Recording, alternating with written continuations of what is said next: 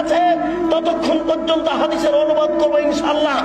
এই দেশের মাটিতে যদি হিন্দু কথা বলতে পারে, এই দেশের মাটিতে যদি ইহুদি কথা বলতে পারে, এই দেশের মাটিতে যদি খ্রিস্টান কথা বলতে পারে, আমি আব্দুল রাজ্জাক এই দেশের মাটিতে হাদিসের অনুবাদ করতে পারি। আমি এই দেশের মাটিতে হাদিসের অনুবাদ করতে পারি। দেশবাসী জেনে রাখো, দেশ শ্বাস থাকাকালীন অনুবাদ করবই করব। দেশ দেহে শ্বাস থাকাকালীন অনুবাদ করবই করব। নবী বলেছেন, আলী ছাড়বে না কোনো ছবি মূর্তি, সবকে ভেঙে খান খান করে দাও। তুমি ছাড়বে না কোনো উঁচু কবর, তুমি সবকে ভেঙে সমান করে দাও।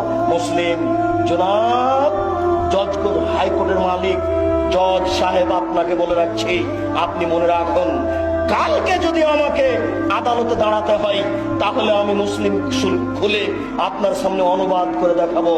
আপনার কোনো পথ থাকবে না, আপনাকে লিখতে হবে আদেশ দাতার ফাঁসি ঘোষণা করা হলো আর অনুবাদকের আজীবন জেল ঘোষণা করা হলো।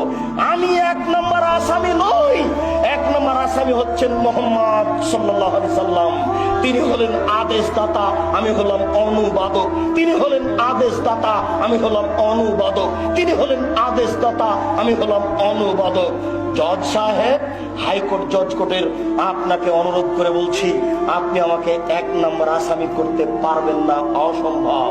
এক নম্বর আসামি হচ্ছেন মোহাম্মদ সাল্লাল্লাহু আলাইহি সাল্লাম।